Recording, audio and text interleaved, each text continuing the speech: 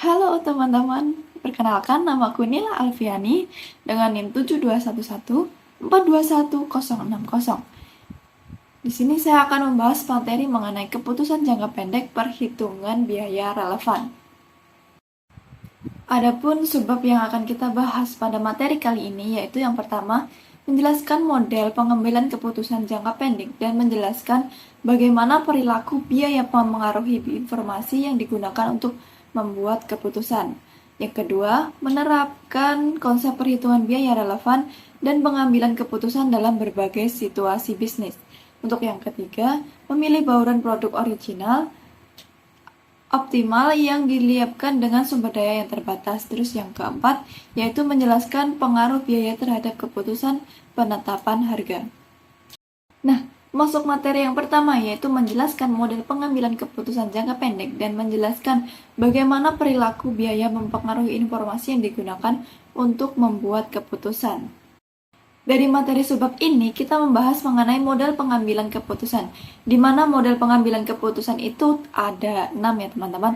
Yang pertama yaitu kenali dan tentukan permasalahannya. Terus yang kedua, identifikasi alternatif solusi permasalahan dan hilangkan alternatif-alternatif yang tidak layak. Yang ketiga, mengidentifikasi biaya dari manfaat yang terkait dengan setiap alternatif yang layak. Terus yang keempat, yaitu perkirakan biaya dan manfaat yang relevan untuk setiap alternatif yang layak. Yang kelima, berikan penilaian terhadap faktor-faktor kualitatif. Yang keenam, ambil keputusan dengan cara memilih alternatif yang memiliki manfaat bersih secara keseluruhan yang terbesar. Selanjutnya membahas mengenai biaya relevan. Biaya relevan adalah biaya masa yang akan datang yang berbeda besarannya pada setiap alternatif. Berhubungan dengan masa yang akan datang dan jumlah biaya tersebut itu harus berbeda dari alternatif satu ke alternatif yang lainnya. Nah, adapun ilustrasi biaya relevan. Di sini menyebutkan bahwa biaya tenaga kerja langsung untuk memproduksi tambahan pengeras suara sebanyak 20.000 unit sebesar 110.000 US dollar. Untuk menentukan apakah biaya tersebut sebesar 110 US dollar tersebut adalah biaya relevan atau bukan, kita harus mengajukan beberapa pertanyaan-pertanyaan berikut. Nah, salah satunya yang pertama, apakah biaya tenaga kerja adalah biaya masa depan? Terus yang kedua, apakah biaya tenaga kerja berbeda di antara dua alternatif? Nah, dari pertanyaan tersebut, kita dapat menjawab bahwa biaya tenaga kerja tentu saja merupakan biaya masa depan. Memproduksi pengeras suara, untuk produsen otomotif itu memerlukan layanan tenaga kerja langsung yang harus dibayar. Terus, untuk pertanyaan apakah biaya tenaga kerja itu berbeda di antara dua alternatif? Tentu jawabannya, jika pengeras suara itu dibeli dari pemasok di luar perusahaan, shift kedua dan tenaga kerjanya tidak diperlukan. Oleh karena itu, biaya tenaga kerja langsung berbeda di antara dua alternatif, 110.000 untuk alternatif membuat sendiri dan 0 rupiah untuk alternatif membeli. Oleh karena itu, biaya tenaga kerja langsung adalah biaya yang relevan. Jadi di sini ilustrasi biaya relevan itu mengacu pada biaya tenaga kerja langsung, bahwa biaya tenaga kerja langsung adalah biaya yang relevan. Setelah mengetahui ilustrasi biaya yang relevan, kita akan masuk pada ilustrasi biaya tidak relevan. Ilustrasi biaya tidak relevan itu mengacu pada contoh audio blast itu menggunakan gergaji listrik berukuran besar untuk memotong kayu. Kayu tersebut nantinya akan dibuat menjadi kerangka pengeras suara. Nah, gergaji tersebut dibeli 3 tahun yang lalu dan disusutkan sebesar 25.000 US dollar setiap tahunnya. Untuk menentukan apakah biaya sebesar 25.000 US dollar merupakan biaya relevan atau bukan, kita juga harus mengajukan pertanyaan-pertanyaan sebagai berikut. Yang pertama itu, apakah biaya penyusutan merupakan biaya di masa depan? Terus ya, pertanyaan yang kedua merupakan apakah biaya penyusutan itu berbeda dengan di antara dua alternatif? Tentunya kita dapat menjawab bahwa penyusutan mewakili alokasi biaya yang sudah terjadi. Nah, penyusutan adalah biaya tertanam atau sunk cost, suatu biaya yang tidak dapat dipengaruhi oleh tindakan apapun di masa depan. Meskipun kita mengalokasikan biaya tanaman tersebut ke periode di masa depan dan menyebutkan alokasi penyusutan, tidak ada biaya awal yang dapat dielakkan. Terus, pertanyaan apakah biaya penyusutan berbeda di antara dua alternatif? Biaya tertanam selalu sama di antara beberapa alternatif, sehingga selalu menjadi relevan. Biaya tidak relevan. Oleh karena itu, biaya penyusutan seperti semua biaya tertanam lainnya gagal untuk memilih dua karakteristik yang dipersyaratkan oleh biaya relevan sehingga akan menjadi tidak relevan. Jadi di sini biaya penyusutan itu masuk pada biaya yang tidak relevan. Sebab selanjutnya kita membahas mengenai menerapkan konsep perhitungan biaya relevan dan pengambilan keputusan dalam berbagai situasi bisnis. Adapun materinya mengenai penerapan biaya relevan yang umum.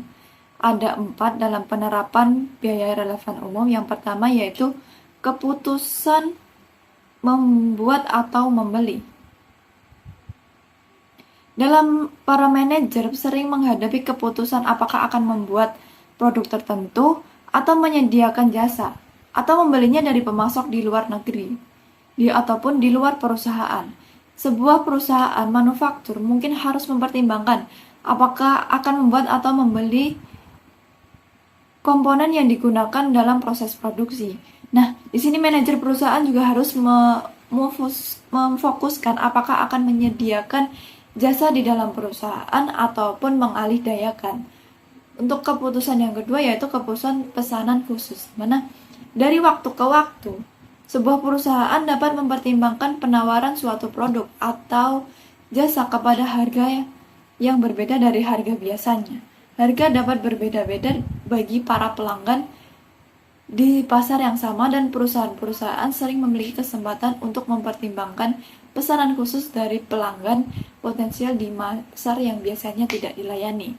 Nah, untuk penerapan yang ketiga yaitu keputusan mempertahankan dan menghentikan.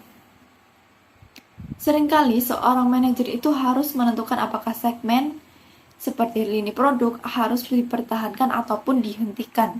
Nah, di sini keputusan untuk mempertahankan atau menghentikan mungkin berskala kecil seperti saat naik itu memutuskan tindakan yang harus dilakukan terhadap lini peralatan atau pakaian yang disponsori oleh selebritis dan atlet yang ada. Nah, di sisi lain, keputusan mempertahankan atau menghentikan dapat memiliki skala yang besar seperti saat Ford Motor Company memikirkan penjualan lini otomotif mewahnya, yaitu Jaguar dan Land Rover. Keputusan untuk mempertahankan dan menghentikan juga dapat melibatkan aset fisik berskala besar, seperti saat MGM Resort International di Las Vegas memikirkan apakah akan menghasilkan hotel mewahnya, bahkan sebelum sempat dibuka karena permasalahan teknik dan konstruksi. Penerapan yang keempat yaitu mengenai pemrosesan lebih lanjut terhadap produk-produk gabungan. Produk-produk gabungan ataupun joint product memiliki proses dan biaya produksi yang sama sampai dengan titik pemisahan. Nah, pada titik pemisahan, produk-produk gabungan menjadi dapat dibedakan sebagai produk terpisah yang dapat diidentifikasi. Sebagai contoh, mineral-mineral tertentu seperti tembaga, emas, mungkin ditemukan dalam suatu batu yang sama. Namun, batu tersebut harus ditambang, dihancurkan, diperlakukan sebelum tembaga dan emas dipisahkan pada titik pemisahan ataupun split off point. Sebab selanjutnya kita membahas mengenai memilih bauran produk optimal saat dihadapkan dengan sumber daya yang terbatas. Sekarang membahas mengenai keputusan bauran produk. Nah, organisasi-organisasi itu memiliki fleksibilitas yang besar dalam memilih bauran produk mereka. Bauran produk itu mengacu pada jumlah relatif dari setiap produk yang diproduksi ataupun jasa yang disediakan oleh perusahaan. Nah, keputusan tentang bauran produk dapat memiliki pengaruh yang signifikan atas tingkat keuntungan perusahaan. Untuk memilih bauran produk yang optimal saat dihadapkan dengan satu sumber daya yang terbatas itu ada dua. Yang pertama itu kendala tunggal mengarahkan produksi sebuah produk dengan margin kontribusi terbesar per unit dari sumber daya yang langka. Terus yang kedua yaitu kendala berganda membutuhkan model pemrograman linear. Materi selanjutnya membahas mengenai menjelaskan pengaruh biaya terhadap keputusan dan penetapan harga. Di mana dalam slide ini dapat teman-teman ketahui bahwa penggunaan biaya dalam keputusan penetapan harga itu ada dua. Yang pertama, penetapan harga berdasarkan biaya ataupun cost-based pricing. Untuk yang kedua yaitu penetapan biaya dan harga target ataupun target costing and pricing. Adapun rumus-rumus dari penetapan harga, yang pertama itu ada rumus penetapan harga berdasarkan biaya atau cost-based pricing, di mana rumusnya yaitu harga dengan menggunakan markup sama dengan biaya per unit ditambah dengan total biaya per unit dikali persentase markup. Nah, itu tadi untuk rumus penetapan harga berdasarkan biaya cost-based pricing. Nah, adapun penetapan biaya dan harga target ataupun target costing and pricing yaitu memiliki rumus biaya target adalah sama dengan harga target itu dikurangi dengan keuntungan yang diinginkan. Untuk lebih jelasnya kita masuk pada contoh. Nah, di sini terdapat contoh mengenai menghitung harga dengan menerapkan persentase markup dan terhadap biaya. Bahwa teman-teman tahu bahwa terdapat informasi mengenai Elvin Company merakit dan memasang komputer sesuai dengan keinginan pelanggan. Elvin telah memutuskan untuk menetapkan harga dan pekerjaan sebesar biaya bahan baku dan tenaga kerja ditambah dengan 20%.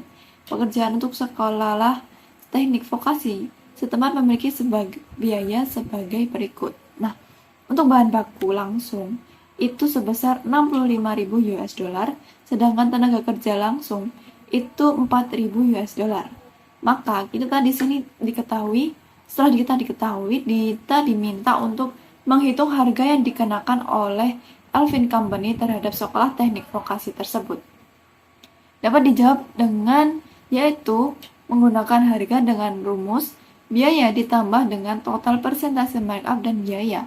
Nah, kita ketahui bahwa biaya tercantum karena di sini tercantum bahwa biaya bahan baku dan tenaga kerja langsung, di mana total dari biaya tersebut adalah 69.000 US dollar. Nah, dari rumus tersebut itu ditambah dengan persentase markup dikali biaya. Persentase markup tadi kan diketahui 20, maka 0,2 itu dikali dengan total biayanya yaitu 69.000 US dollar. Maka didapat 69.000 US dollar itu ditambah dengan 13.800 US dollar, maka hasil akhirnya yaitu 82.800 US dollar. Setelah mengetahui contoh dari menerapkan persentase markup terhadap biaya, kita di sini masuk pada menghitung biaya target. Diketahui informasi mengenai Digitem memproduksi jam tangan yang sedang dirancang model jam baru yang memasukkan PDA ataupun personal digital assistant yang diharapkan oleh Digitem akan dipandang oleh para konsumen sebagai fitur rancangan yang bernilai dan keren. Jam PDA baru tersebut memiliki harga target sebesar 200 US dollar. Manajemen mensyaratkan keuntungan sebesar 15% atas pendapatan produk barunya. Nah, di sini kita diminta untuk menghitung jumlah keuntungan yang diinginkan dan juga hitung biaya targetnya. Nah, untuk menjawab tersebut, kita memerlukan rumus untuk keuntungan yang diinginkan dan juga target biaya. Untuk keuntungan yang diinginkan itu sebesar mensyaratkan keuntungan itu dikali dengan harga target. Nah, diketahui kan mensyaratkan keuntungan itu sebesar 15%, maka di 0,15 itu dikali harga targetnya sebesar 200 US dollar. Maka keuntungan yang diinginkan itu memiliki hasil 30 US dollar. Sedangkan target biaya itu menggunakan rumus harga target dikurangi keuntungan yang diinginkan. Harga target kan udah diketahui tuh 200 US dollar. Nah, itu dikurangi dengan keuntungan yang diinginkan. Keuntungan yang diinginkan telah kita hitung bahwa memperoleh hasil 30 US dollar. Maka 200 US dollar itu dikurangi dengan 30 US dollar. Hasil akhirnya yaitu 170 US dollar. Maka target biaya yang diperoleh itu 170 US dollar. Oke, materi kita sudah selesai. Terima kasih teman-teman yang udah mendengarkan sampai akhir. Saya ucapkan terima kasih. Sampai jumpa di lain waktu. See you.